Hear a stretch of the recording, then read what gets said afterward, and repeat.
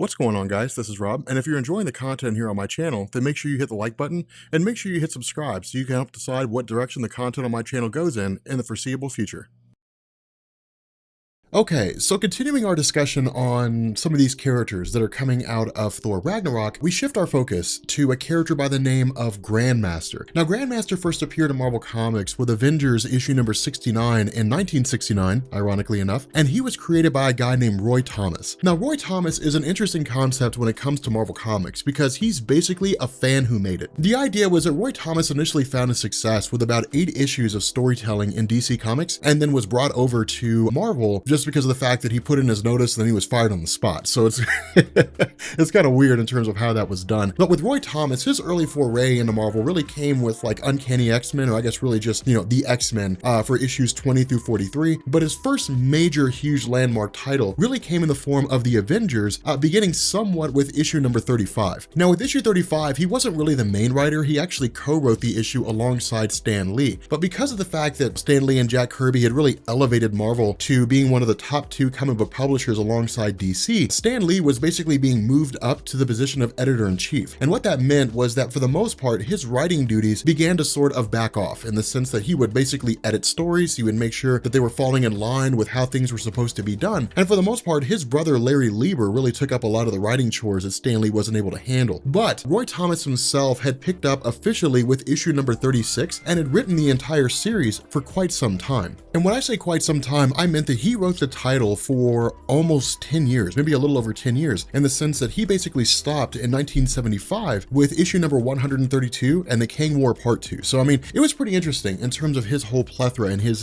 additions into it. But back when he was initially taking over the title within the first 30 issues or so, the idea of the Grandmaster being introduced was interesting insofar as he was just a character that was designed to sort of experiment. And that's one of the things to keep in mind. When it came to 1960s and 1970s Marvel Comics, because they had found so much success with like Thor and Iron Man and the return of Captain America and Spider-Man and so on, it was basically one of these things of not necessarily the idea that could do no wrong, but in the sense of create it, throw it in a comic, throw it out there, and we'll see how fans respond to it. And so the Grandmaster made his debut in a 3-part story between issues 69 and 71. And this was all rooted in really a conflict between the superheroes involving Kang the Conqueror and the Grandmaster himself. And the way that this unfolded was pretty straightforward. It was this idea that Kang the Conqueror had love interest, and the offer was made to him by the Grandmaster that if he were to win a conflict against the Grandmaster himself, that Kang's love interest would be resurrected. But if Kang lost, then the entirety of Earth would be doomed and his love interest wouldn't come back. So right off the bat, Roy Thomas basically established the idea that the Grandmaster was a guy who loved to play dangerous games. And that's a really important concept because the Grandmaster would be the template for characters that would appear later on, like Arcade, who was created by Chris Claremont, this much smaller version of Kang the Conqueror who had things like Murder World where he would set up these really dangerous, elaborate traps. But because Marvel was experimenting with new teams and concepts and ideas and so on and so forth, Roy Thomas actually played a pretty dangerous game. And the reason why I say that is for the most part, back in the 1960s and 70s, there was this sort of truce with Marvel and DC in the sense that you don't make fun of us, we don't make fun of you, and we basically just sort of stay in our own worlds. But in this particular story, what Roy Thomas did is he basically crafted something called the Squadron Sinister, which was basically this alternate reality version in Marvel Comics of the Justice League. And it came in the form of the introductions of Hyperion, Nighthawk, Dr. Spectrum, and the Wizard. Of course, Hyperion being the closest adaptation to Superman that Marvel has going. But on the Avengers side, or at least on the Kang the Conqueror side, you had Captain America, Goliath, Thor, and then a character named Black Knight, who had largely been this outlier in Marvel Comics for years, and nobody ever really knew what to do with him. Now, of course, this story ultimately culminated in the defeat of the Grandmaster and, Kang the Conqueror winning, who chose to use his power to attack the Avengers and basically lost the ability to resurrect his love interest in the process. But it was interesting because along the way to this story, Roy Thomas had introduced a litany of different things in Marvel Comics, grabbing a bunch of different characters, creating new characters. So we saw things like the introduction of Ultron, we saw the introduction of characters like Vision, a creation of Ultron who was originally a villain turned Avenger. We saw a lot of these things being rolled in. And so because of the success of Roy Thomas going on to, see the co-creation of characters like Wolverine and Carol Danvers, Valkyrie and so on and so forth. What this meant was that he had basically shot up in the success of Marvel Comics. And so because of that, a lot of people immediately started taking notice of him. Now, one of the more notable titles or more notable stories that Roy Thomas had launched was something called the Kree Skrull War, which was basically an Avengers-centric storyline, but it actually ran between issues 89 through 97, running all the way up to March of 1972. But again, these huge contributions meant that by the time Stan Lee had basically vacated his position as editor-in-chief, that Roy Thomas succeeded him as editor-in-chief. And so Roy Thomas backed off from his chores as a writer and largely just became the head editor for Marvel, ensuring continuity and different things along those lines. But for the character of the Grandmaster, his next major appearance came with Giant Size Defenders Volume 1, issue number 3, as was written by Steve Gerber, which actually served as a prelude to something called the Korvac Saga, which is one of these interesting, events that took place in Marvel Comics. But the Korvac Saga dealt with this idea named Michael Korvac, who came from an alternate reality. But in this alternate reality, the entire solar system as we know it had been conquered by a race called the Badoon, which are kind of like these technologically advanced warring alien race that makes great weapons. But the idea was that Korvac was really kind of a traitor to the human race working for the Badoon, and then ultimately was grafted and into becoming a cyborg. I don't remember the exact circumstances around it, but it basically led to the Grandmaster showing up yet again in Marvel Comics and then grabbing Korvac and dragging him to the main Marvel universe, where he basically faced off against Doctor Strange and the Defenders. Now, following this and leading into the Korvac saga proper, Korvac had basically discovered the ship of Galactus, and the result was that he essentially just found a way to absorb part of Galactus's energies and in turn became like this all-powerful being. And so what ended up happening is he actually ended up going to war against the Guardians of the Galaxy 3000, I think it was, and Thor, who had ended up in the future, was defeated by them and then jumped back to the main Marvel universe. And the reason why this matters is because what it did is it allowed Marvel to take the Guardians of the Galaxy 3000 title, which was relatively popular at the time, and cross it over with the Avengers. And so it basically became an Avengers Guardians of the Galaxy 3000 crossover story, which saw them battling against Michael Korvac, who was just this insanely powerful person. But the Grandmaster was just kind of popping up and just sort of showed up in this small little tidbit of storytelling, and then for the most part, that was really about it for him.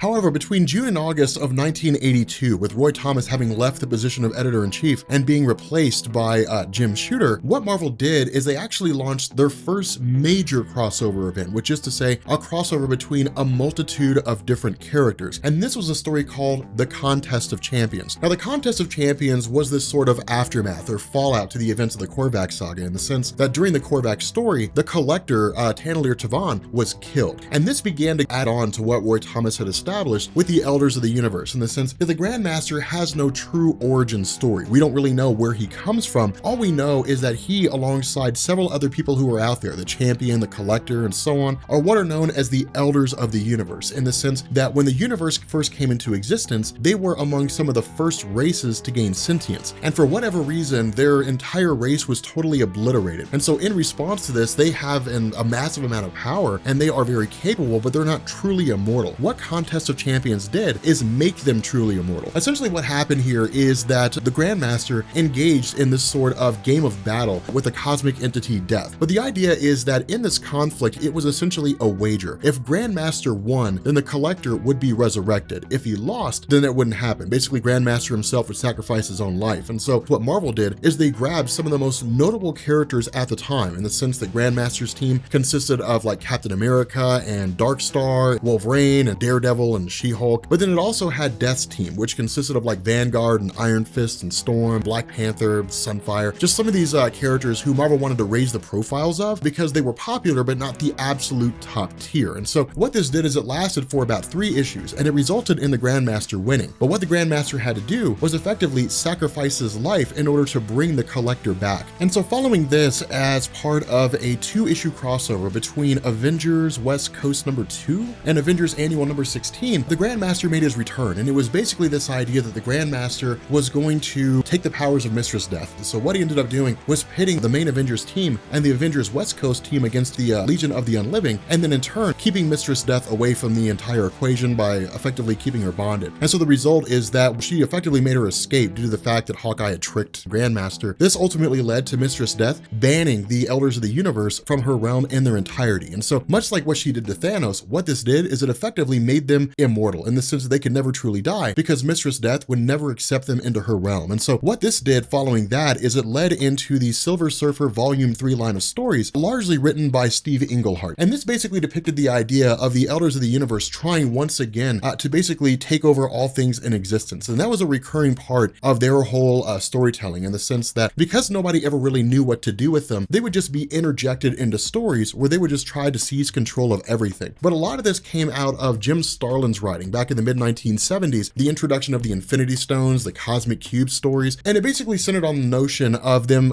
trying to kill Galactus, and then when the entire universe came to an end, surviving due to the fact that they could never truly die, and then being reborn into the next universe in the same capacity that Gallum was reborn as Galactus. And so it would basically make them immortal. Now this lasted anywhere between Silver Surfer Volume 3 issue number 9 and running up to 19, I think it was. It ran for about 10 issues. But again, that was largely the role they played. It was just characters who were backups for the most part and who would just go through and implement these schemes to try to conquer everything. In addition to this, with the Infinity Stones having already been introduced in Avengers Volume 1, Annual number 7, I think it was, it basically led to the Infinity Stones being taken by the Elders of the Universe, in the sense that it gave writer Jim Starlin the ability to put them on the back burner. But what these did is they led into the early 1990s, really around 1990, 1991, with a story called Thanos Quest. And Thanos Quest dealt with the idea of Thanos trying to capture the Infinity Stones. Now we'll talk about that more as we get into the actual Thanos Quest story, but the long and short of it is that following one of his deaths, and while he was in the realm of Mistress Death herself, he had gained access to something called the Infinity Well. And the Infinity Well is basically this source of knowledge that if you ask it the right question, it'll give you an answer to whatever it is that you're looking for. And he had basically learned that if all the Infinity Stones were brought together and then put onto a singular gauntlet or glove, it would give its wearer absolute power over the universe itself. And so the result is that Thanos began traveling to all these different cosmic entities, the In-Betweener, the Elders of the Universe, and seizing the Infinity Stones that they had in their possession. In the case of Grandmaster, because he was very much a master of games, Thanos had challenged him to a battle of wits of sorts. What the Grandmaster didn't know is that Thanos had actually sent a cyborg version of himself in his stead. And so the Grandmaster was effectively locked inside of his own game, while Thanos walked away with the Mind Stone, and that was really about it. Now following this and going into really the 2000s, the Grandmaster didn't really have much of an appearance when it came to Marvel Comics. I mean, he was there, but his appearances didn't really amount to much. In the background, Marvel was going through a lot of changes. Marvel was going through a lot of things that had to do with the comic bust. The idea that they almost went bankrupt. Joe Quesada stepped in 2000, basically began saying if the characters are not essential, if they're not high sellers, don't publish them in too many stories. While that did irritate a lot of fans who were, who really enjoyed characters like Grandmaster because of what they brought to the table, in the end, his presence wasn't really missed by a lot of people. In 2009, we had appearances in Hulk Volume 2 by Jeff Loeb with issues 10 through 12. That was really about it. There wasn't a whole lot going on with the Grandmaster's character. He was largely considered to be this sort of archaic concept that peaked when it came to the Thanos Quest story, and then that was really about it. Going into the collapse of the multiverse in 2015, 2014, 2015, in the aftermath of that, we basically got a revamped version of Contest of Champions, a story that was initially interesting, but it did see the reintroduction of characters like the Sentry Robert Reynolds, who hadn't been seen for quite some time, and it essentially dealt with the idea of the Maestro Hulk, this version of the Hulk from the future who would survive this sort of nuclear holocaust along with a handful of humans. It was the idea that Grandmaster and Maestro began grabbing these characters from all throughout space and time, basically these characters who would survive the collapse of the multiverse, and just pit them in a battle against one another. But ultimately, Contest of Champions was canceled due to the fact that it just didn't really sell that well, and it was tied into a game that didn't seem to perform that well. That was really about it. I mean, the Grandmaster hasn't really been seen or heard from since. I mean, he's just kind of vanished, and that's really all there is to it. I mean, most likely, we'll see him making his return following the events of Thor Ragnarok. Of course, he's played by Jeff Goldblum, and that brings us into the Marvel Cinematic Universe. When it comes to the character of Grandmaster in the MCU, especially when it comes to the events of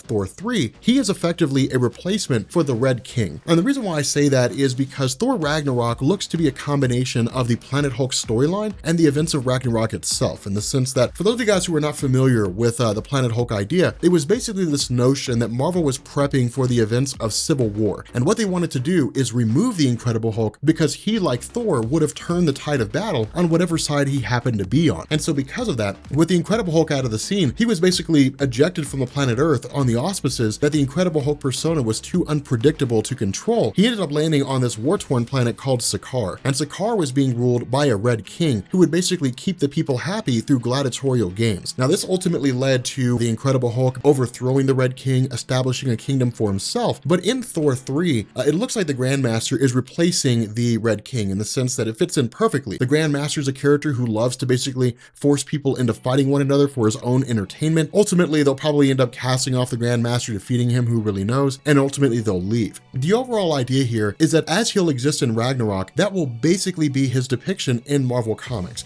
A guy who loves to pit people against each other because he just loves to see folks fight and he loves to see who will win. That's just the nature of his character, a master of games, different things along those lines. Now, the other half of this is the power that he actually possesses.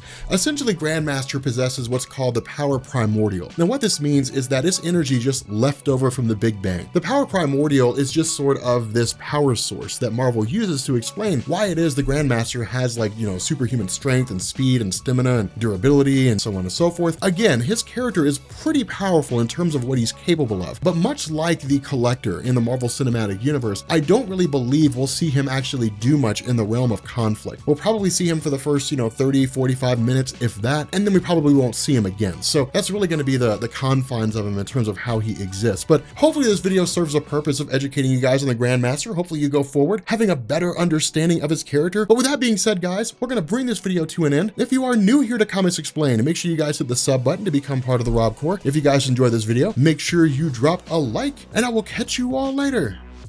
Peace.